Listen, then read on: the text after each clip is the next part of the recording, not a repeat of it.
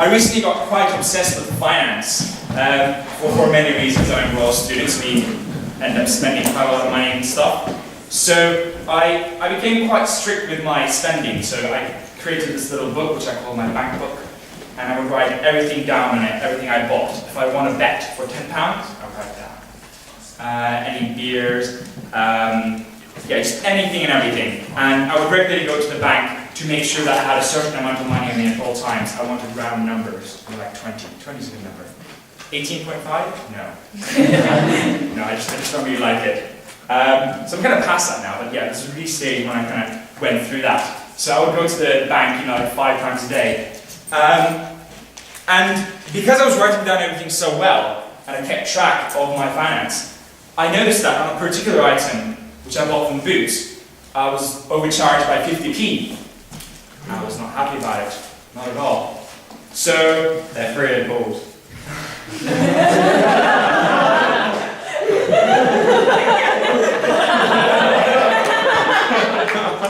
Yes, so I went to Boots with this particular bottle of lube.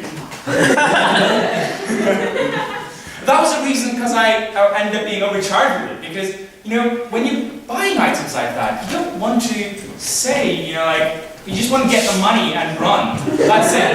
I can get the money and leave as soon as you can. That's why lots of teenagers end up stealing condoms. It's horrible. But yeah, I was really strong about this. I just wanted to get this done. And I was going to get the money from that and take it to the bank, and it'll be okay. It never happened. So I was there, and there was this quite long queue of old ladies in front of me and behind me, and there I was holding my lube, my little bank book and the receipt. So slowly, but eventually came there and gave it to this, old Scottish lady. I said, "You overcharged me?" And she looked at the receipt, but then I showed her my bank book. See, because when she saw the bank book, she was really impressed. I mean, I had everything down there. And it's like bubble gum, yeah. So she was so impressed with that she just gave me the money. I was kind of surprised, actually. I was kind of expecting a bit of a resistance. But no, she gave me it. And then I felt a bit bad because there was she didn't give me straight away. I had to kind of convince her. I had to find the correct date and the correct time and the correct minute. So it was a bit hard. But eventually when I did, after 5 minutes, she gave the money to me. And I was feeling a bit bad because there was lots of old ladies behind me. And, it was a bit all awkward. So I just kind of grabbed my lube and grabbed my money. And I said, "I'm sorry, I'm a compulsive banker. Banker! Ah!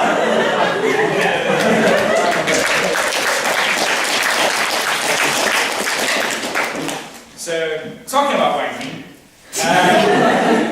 next up is Davy Baby Cardinal Fauntleroy, Spain. Yes, that is his full name. That's how we refer to him as. There's quite a story behind that, actually. Oh dear. Well, never mind. I'll just skip to the metaphor because I think that's the most impressive part. Basically, Cardinal Fauntleroy. Where did that come from, right? Well, the cardinal bit, you'll see from the lots of Christian jokes he makes, well, mainly Catholic, I should say. And the Fauntleroy, well, he likes the Fauntleroy, what can I say? Lucky Roy. So, please hit your hands together for Cardinal Fauntleroy, or Davy Baby!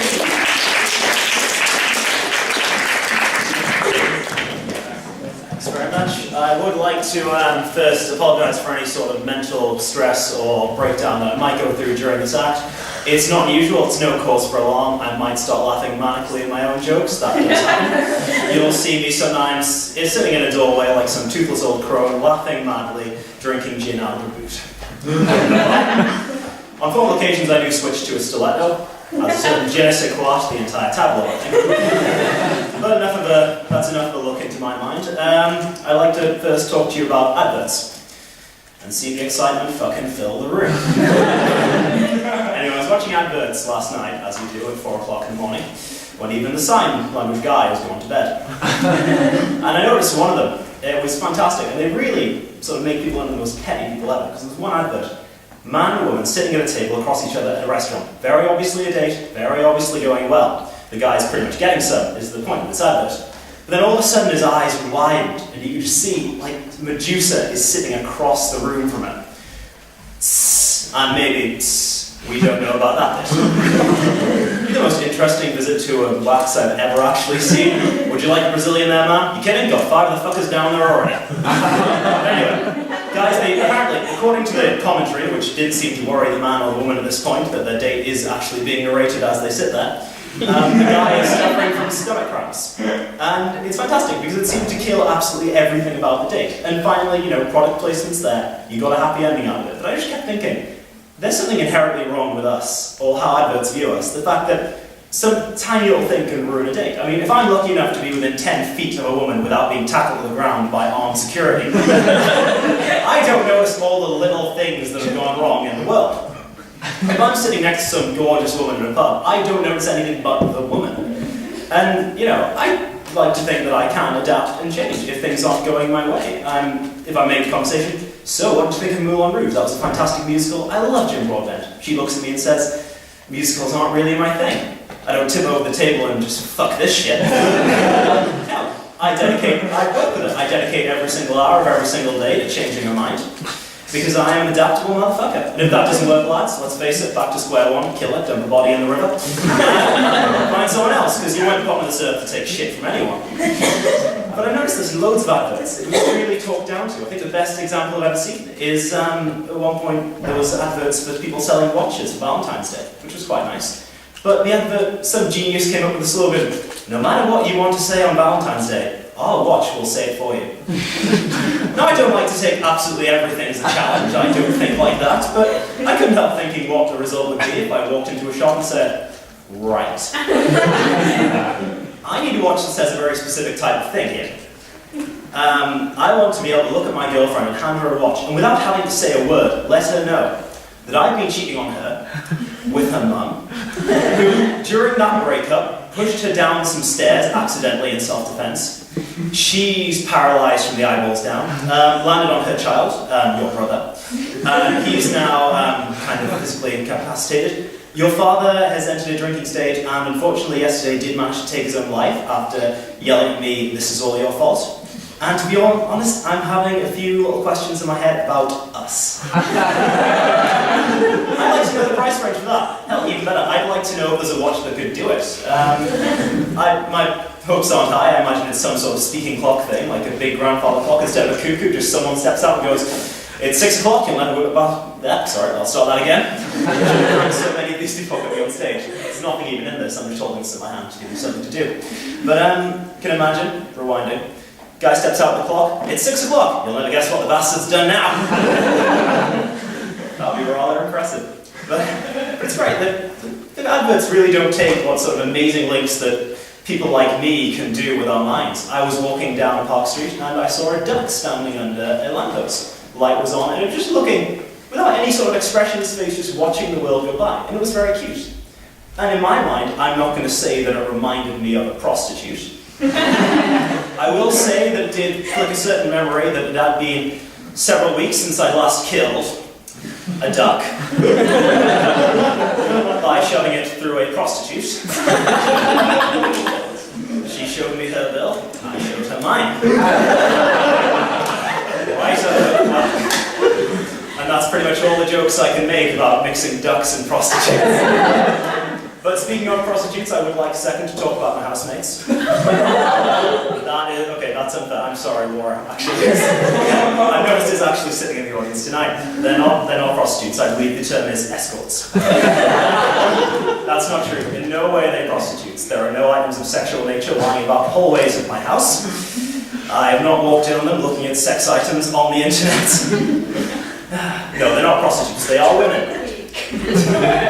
Yeah. They're not prostitutes, they are women, which I do realise sounds horrifically wrong now. I've just heard that come out of my own mouth.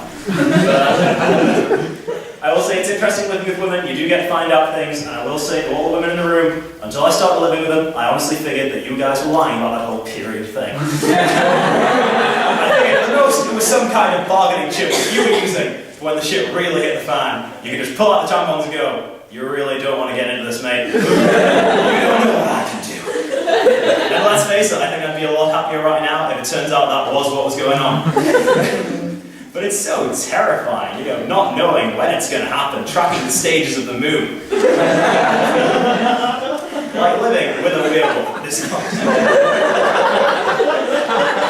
And it's straight out of the worst kind of anime, let's face it. You know, just spurting blood everywhere, across the walls, and everything seems to be in black and white. Just got the strength of 10 men, hates everybody, and she can hear you thinking the word bitch from about 50 feet away. Or she thinks she can, which basically at this point, lads, is pretty much the same thing. She'll be sitting in the corner of a room just eating chocolates and flowers and rom-com DVD. I'm just sitting in my corner of the room, hoping she doesn't get into my corner of the room. And let's face it, at that point, again lads, all corners of the room are their corners of the room. But I will say one thing to the ladies, you all claim to be about equality and gender rights. That's, you know, you bang on about it just a little bit much. But you know what, when it comes down to it, you really are. When you're bleeding, it's not fair if we're not allowed to bleed.